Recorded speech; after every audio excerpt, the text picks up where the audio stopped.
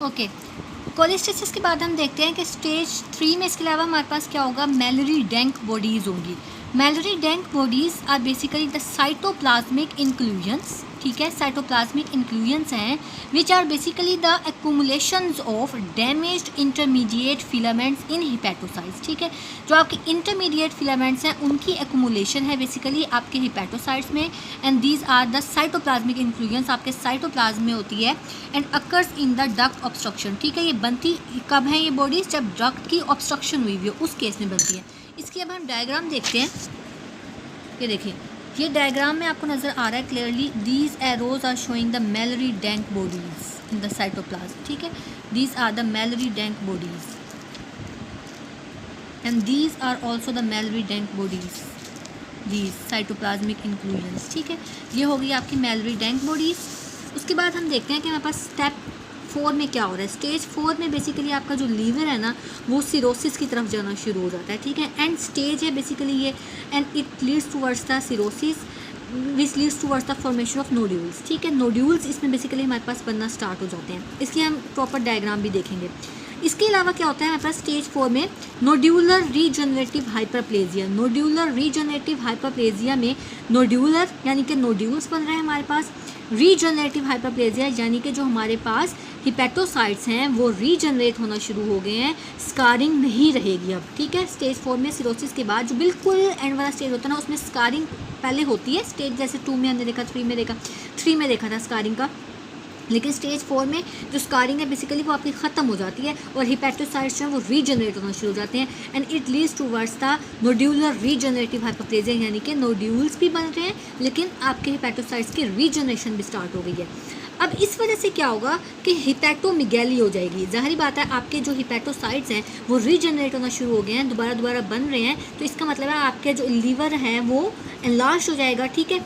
अब आपने ये बात याद रखनी है, ये एमसीक्यू में पूछते होते हैं कि इन क्रोनिक लीवर ऑफ, ठीक है, जो आपका सिरोटिक लीवर होता है ना इसमें भी सिरोसिस तो हो रही है, और सिरोसिस आपको पता है कि आपकी क्रोनिक हेपेटाइटिस में भी होती है, आपके non alcoholic fatty liver disease में भी होती है, लेकिन इन दोनों केसेस में क्या होता है कि जो आपका लीवर है ना वो स्मॉल हो जाता है, वो श्रिंक हो जाता है, ठीक है।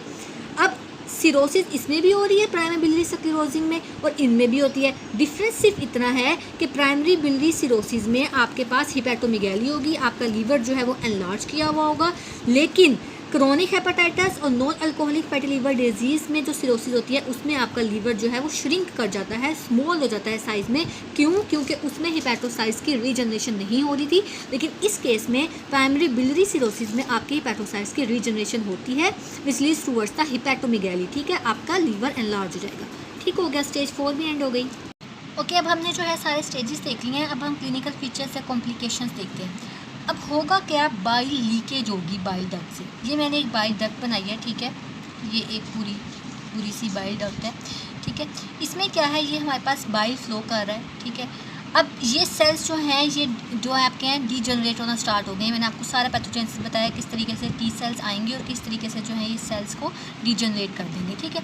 जब ये सेल्स आपके डीजनरेट हो जाएंगे तो उस वजह से क्या होगा, ये जो आपकी स्पेसीज है ना बेसिकली ये स्पेसीज जो है ना ये इधर से बाइल जो है बाहर एक्यूमुलेट होना शुरू हो जाएगा, बाहर मूव करना शुरू कर देगा, ठीक है।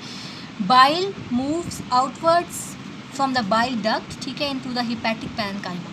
इस वजह से अब डिफरेंट फीचर्स आएंगे और डिफरेंट कॉम्प्लिकेशंस होगी। ज़ाहिर बात है आपके बाइल में डिफरेंट पिगमेंट्स हैं, ठीक है, डिफरेंट पिगमेंट्स हैं, डिफरेंट बाइल सॉल्ट्स हैं, ठीक है, बिलीरुबिन है, इन सारी चीज़ों की हिपैटिक पैरेन्काइमा में एक्यूमुलेशन हो जाएगी, जिस वजह से डिफरेंट जो हैं कॉम्प्लिकेशंस आएंगे। First one is jaundice. Jaundice में क्या होगा, आपके पास कॉन्जुगेटेड बिलीरुबिन इंक्रीज हो जाएगा, ठीक है। बिलीरुबिन एक्यूमुलेट होने की वजह से क्या हो गया, जॉन्डिस।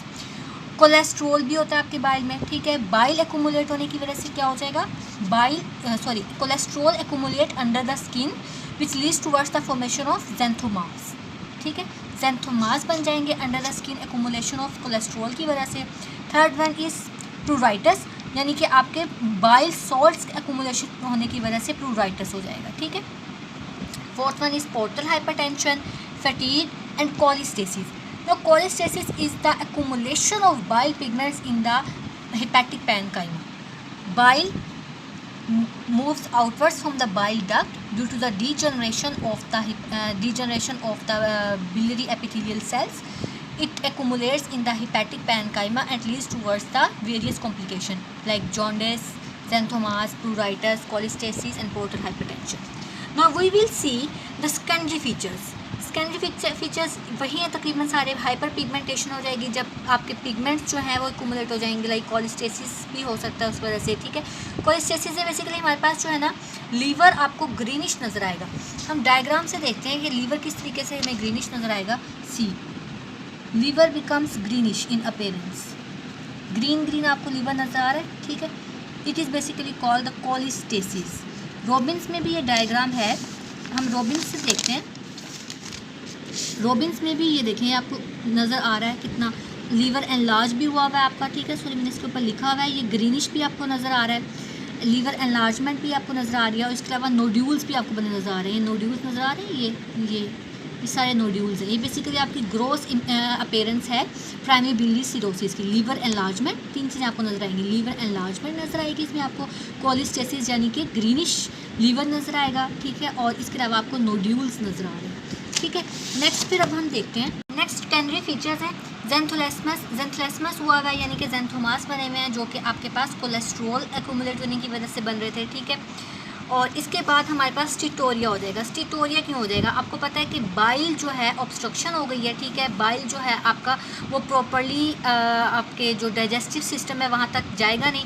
जब बाइल प्रॉपर डाइजेस्टिव सिस्टम तक नहीं जाएगा तो फैट की एब्जॉर्प्शन प्रॉपर नहीं होगी. ठीक है, तो फैट की जब एब्जॉर्प्शन प्रॉपर नहीं होगी तो फैट जो है वो आपके स्टूल में आना शुरू हो जाएगा. ठीक है, it leads to the steatorrhoea. Steatorrhoea basically आपके पास फैटी जो फीसीज होता है ना उसको कहते हैं. ठीक है, then fourth one is vitamin D malabsorption related to the osteomalacia या ऑस्टियोपोरोसिस. अब क्या होगा कि ऑस्टियोमलेशिया एंड ऑस्टियोपोरोसिस हो जाएगी due to the vitamin D malabsorption. Vitamin D malabsorption क्यों हो रही है? क्योंकि आपका लीवर जो है वो अफेक्ट हुआ हुआ है. लीवर पूरा का पूरा हिपैटोमेगैली हुई है. लीवर के हिपैटोसाइट्स जो हैं वो डिजेनरेट हुए हुए हैं. ठीक है, लीवर सेल्स बेसिकली आपके अफेक्ट हो गए हैं जिन्होंने लीवर में बेसिकली क्या होना होता है विटामिन डी की एक्टिव फॉर्म में कन्वर्जन होनी होती है. जब विटामिन डी की एक्टिव फॉर्म में कन्वर्जन नहीं होगी then it leads towards the vitamin D malabsorption. Now कुछ एक्स्ट्रा हिपैटिक मैनिफेस्टेशंस हैं which are already seen. Sjogren's syndrome, systemic sclerosis, thyroiditis, rheumatic arthritis, Raynaud's phenomena and the celiac disease. Now diagnosis में हमारे पास एंटीमाइटोकॉन्ड्रियल antibodies हैं. Liver biopsy भी करवा सकते हैं.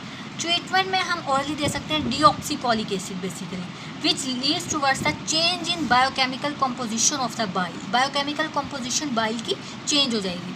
और अगर बहुत ज़्यादा एडवांस स्टेज तक चला गया है हमारे पास प्राइमरी बिलियरी सिरोसिस देन हमें ट्रीटमेंट क्या देनी पड़ेगी? लीवर ट्रांसप्लांट करना पड़ेगा. ठीक है, ये तकरीबन आपका जो है प्राइमरी बिलियरी सिरोसिस कंप्लीट है. ये आप सिर्फ इस नोट से भी कर रहे हैं तो इनफ है. ठीक है, और बाकी लीवर के टॉपिक्स भी जो है ना वो साथ साथ अब अपलोड होते रहेंगे.